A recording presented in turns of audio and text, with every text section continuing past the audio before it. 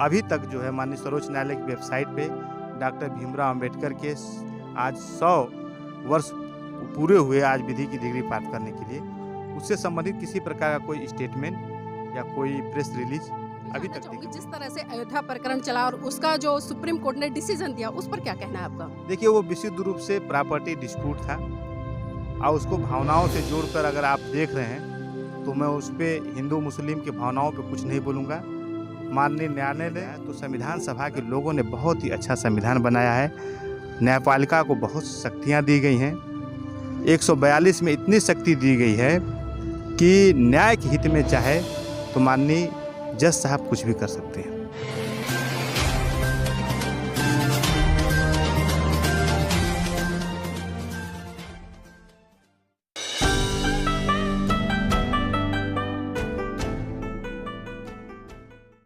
नमस्कार, आप देख रहे हैं एनबी न्यूज़ 24/7 नीलम बौद्ध के साथ। साथियों, आज के दिन की एक बहुत ही महत्वपूर्ण विशेषता है। वो विशेषता क्या है? मेरे साथ में एडवोकेट गौरव यादव जी हैं। जब यादव समाज की बात आती है तो कहीं ना कहीं पाखंडवाद, रूढ़िवाद और इस तरह की कृतियां नजर आती हैं। जब हम देखते हैं कि बहुत सारे लोग कहते हैं कि जो यादव समाज, जो ओबीसी है, वो कहीं ना कहीं कर्मकांडों में फंसा हुआ है।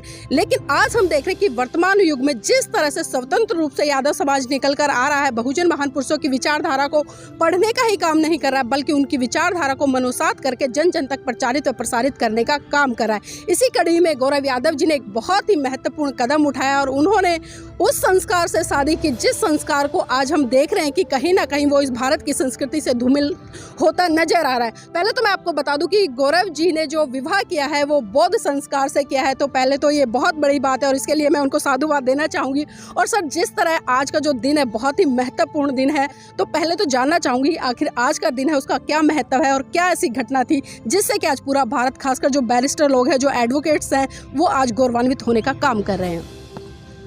देखिए जी, समानता के नायक, मानवतावादी, करुणा, मैत्री, दया और देश ही नहीं विश्व में लोगों में तिसरण के सिद्धांत को सरल रूप से शिक्षित बनो, संगठित बनो, संघर्ष करो को आत्मसात करने वाले डॉक्टर भीमराव अंबेडकर को आज ही उनको बैरिस्टर की उपाधि मिली थी। ये 100 वर्ष है और मुझे ये सौभाग्य है कि पिछड़ों के आंदोलन से जुड़े हुए बीपी मंडल साहब का और बाबा साहब को आज जो बैरिस्टर की डिग्री मिली थी, दोनों सत्र को उद्घाटन करने का मौका मिला है।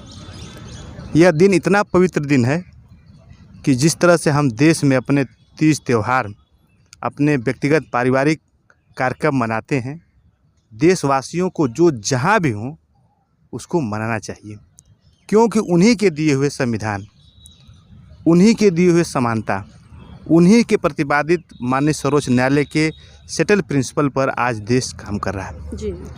आज माननीय सर्वोच्च न्यायालय के प्रांगण में भारतीय विधि संस्थान में जो कार्यक्रम हो रहा है, आपका चैनल नीलम जी, आप बहुत बहुत विचारधाराओं से भरी हुई पत्रकार हैं। मैं आपको बधाई देता हूं, साथ ही कैमरामैन को बधाई देता हूं कि इस तरह के कार्यक्रम को आप बड़ी प्राथमिकता से प्रसारित करते हैं। मैं आज इस बैरिस्टर दिवस के उपलक्ष्य में देशवासियों से सभी निवेदन करूंगा कि सामने संविधान रखकर, मिठाई रखकर आज अपने बच्चों के साथ, परिवार के साथ इस दिवस को मनाएं। सर, जिस तरह से हम देखते हैं कि सुप्रीम कोर्ट की जब बात आती है तो कहीं ना कहीं लोगों के जहन में एक अलग से ही प्रेरणा उत्पन्न होती है कि सुप्रीम कोर्ट, और आज आप उसी सुप्रीम कोर्ट में प्रैक्टिस कर रहे हैं, तो पहले ये जानना चाहूँगी कि किस तरह की अनुभूति होती है सुप्रीम कोर्ट में प्रैक्टिस करके? देखिए जी, हम एक उत्तर प्रदेश के बहुत ही पिछड़े ज़िले आजमगढ़ से आए हैं और हमारे दादाजी जो है गाय चराते थे, पिताजी हमारे अध्यापक थे, लेकिन उनकी सोच थी कि हमारे बच्चे जो है डॉक्टर भीमराव अंबेडकर की विचारधाराओं पे चल के माननीय सर्वोच्च न्यायालय में प्रैक्टिस करें।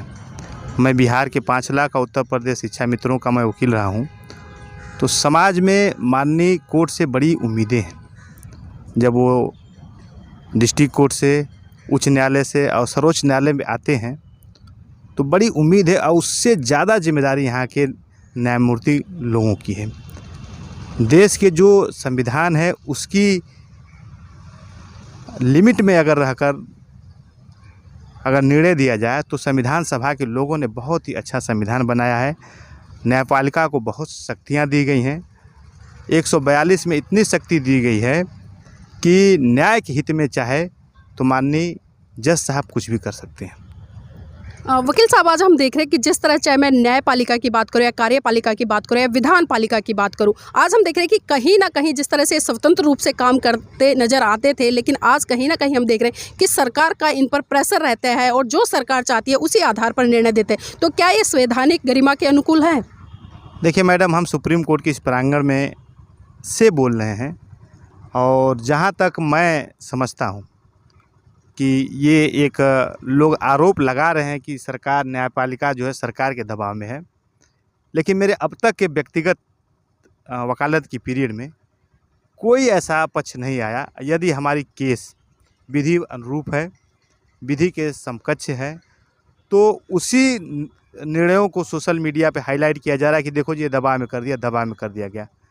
इस चेयर पे बैठने वाला आदमी जो है ना, आर्थिक, मानसिक हर तरह से स्वतंत्र होता है, वो किसी के दबाव में आने वाला नहीं होता है। ये मैं आपसे अपने व्यक्तिगत अनुभव और जो मैं देख रहा हूँ उसको देखते हुए कह रहा हूँ। जिस तरह से अयोध्या प्रकरण चला और उसका जो सुप्रीम कोर्ट ने डिसीजन दिया, उस पर क्या कहना है आपका? देखिए, वो विशुद्ध रूप से प्रॉपर्टी डिस्प्यूट था और उसको भावनाओं से जोड़कर अगर आप देख रहे हैं तो मैं उस पर हिंदू मुस्लिम के भावनाओं पे कुछ नहीं बोलूँगा। माननीय न्यायालय ने जो उपलब्ध दस्तावेज थे उसके आधार पे न्याय निर्णय दिया है। लेकिन दस्तावेज की जिस तरह से बात की, तो जहाँ खुदाई हो रही थी वहाँ पर हम देख रहे कि जो बुद्ध के अवशेष थे वो बहुत ज़्यादा संख्या में मिल रहे थे, लेकिन उसको आधार ना बनाकर बल्कि हिंदू आइडियोलॉजी के उसमें समर्थन में ये फैसला गया। जमीन में गड़ी हुई चीज़ बाद में आई जब खने गए, तो जिस समय वो नया निर्णय चल रहा था वो बंटवारे का था, ना कि भूमिगत अंदर खने हुए गौतम बुद्ध की मूर्ति से था। तो वो प्रकरण नहीं था, बाद में आया तो उस पर कास्ट भी लगी थी, माननीय कोर्ट ने लगाया था। तो वो विशुद्ध रूप से मामला अब डिस्पोज ऑफ हो गया है और अवशेष मिल रहे हैं। इस पृथ्वी को आप जितना खनेंगे कहीं ना कहीं कुछ मिलेंगे ही। जिस तरह से ईवीएम का मुद्दा बार बार उत्पन्न होता है और बार बार दबा दिया जाता है और बहुत सारे यहाँ पर लोगों ने पिटीशन फाइल भी की है, तो उसको किस तरह से देखते हैं?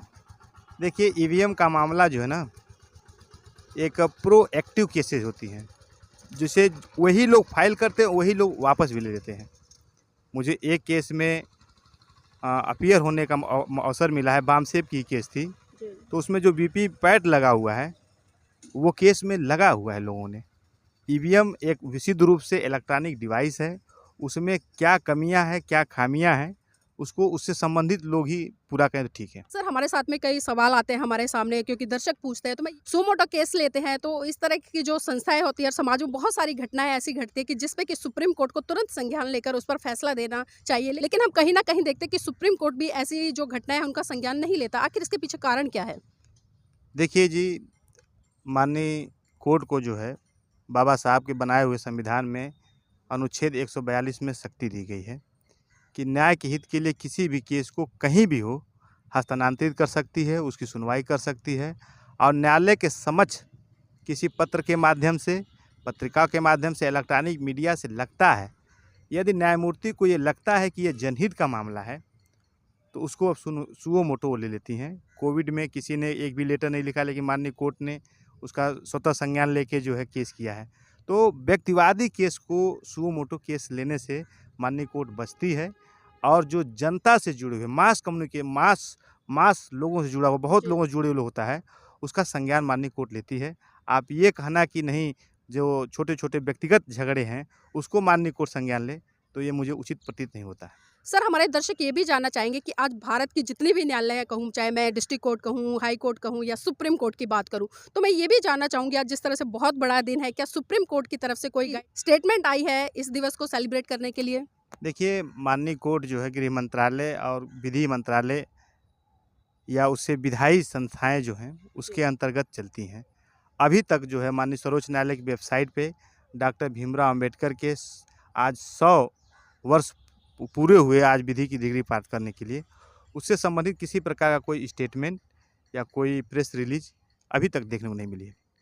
तो आप देख सकते हैं कि आज भी कहीं न कहीं देश में जो जातिवाद है वो चरम सीमा पर है। एक तरफ तो हम बात करते हैं कि देश से जाति व्यवस्था खत्म हो गई है, लेकिन दूसरी तरफ हम देखते हैं कि जब परम पूज्य बाबा साहब जैसे विद्वान बुद्धिजीवी लोग, जो कि विश्व के 5 सर्वश्रेष्ठ विद्वानों में गिनती होती है और उन्होंने आज के ही दिन बैरिस्टर की डिग्री हासिल की थी, है कि अगर मैं ये कहूँगी कि गांधी के परिवार से या गांधी के ही आइडियोलॉजी का कोई व्यक्ति इस दिन बैरिस्टर की डिग्री हासिल करता और उस व्यक्ति ने संविधान बनाने जैसा कोई महान काम किया होता, तो आप सोच सकते हैं कि आज भारत की सरकारें, भारत के न्यायालय कितने बड़े स्तर पर आज इस दिवस को सेलिब्रेट कर रहे होते। लेकिन विडंबना है कि जातिवाद कहीं ना कहीं आड़े आता है। और भले मैं सुप्रीम कोर्ट की बात करूं या सरकारों की बातें करूं, आज सरकार भी, सुप्रीम कोर्ट भी इस पर मौन बनकर बैठी है। सर, जाते जाते आखिरी सवाल लेना चाहूंगी, जिस तरह से आज हम देख रहे हैं कि बहुजन समाज में बहुत सारे अधिवक्ता निकल कर आ रहे हैं और जो बहुजन समाज के लोग हैं जिन पर अत्याचार, शोषण होता है, उनकी एक शिकायत आती है कि जब हम अपने समाज के लोगों के पास में जाते हैं, जो वकील हैं,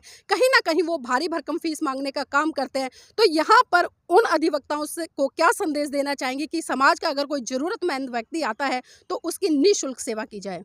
देखिए जी, हमारे यहाँ प्रो बोनो का बहुत प्रचलित सिद्धांत है। जो भी अधिवक्ता अच्छी कमाई करते हैं वो निश्चित रूप से प्रो बोनो, जो नीडी लोग हैं, उनको करते हैं। माननीय सर्वोच्च न्यायालय में निर्धन लोगों के लिए भी एक समिति बनी हुई है, आप उसका प्रयोग कीजिए, ऐसी बात नहीं है। अधिवक्ता लोग विद्वान लोग होते हैं, समाज के दर्द को समझते हैं और समाज के प्रहरी हैं। जी, बहुत बहुत धन्यवाद सर आज की इस महत्वपूर्ण चर्चा में जुड़ने के लिए। तो देखिए, सर ने कहा है कि वो पढ़े लिखे हैं, बुद्धिजीवी, और कहीं ना कहीं जो समाज की पीड़ा है, समाज का दर्द है, उसको भी भली भांति जानते हैं और उसी के मार्फत वो जो फ्री ऑफ कॉस्ट केस हैं उनको भी लड़ने का काम करते हैं और समाज में जो ज़रूरतमंद लोग हैं उनकी भी सहायता करते हैं। तो आज मैं आप सभी देशवासियों को फिर से और ख़ासकर इस देश की सर्वोच्च न्यायालय की तरफ से जो बाबा साहब के 100 वर्ष पूरे हुए हैं बैरिस्टर बनने की, उसकी बहुत बहुत मंगल कामनाएँ देती हूँ और उम्मीद करूंगी कि आप इस वीडियो को ज़्यादा से ज़्यादा शेयर करेंगे ताकि सभी लोगों तक आज का जो संदेश है वो पहुंच सके। नमस्कार।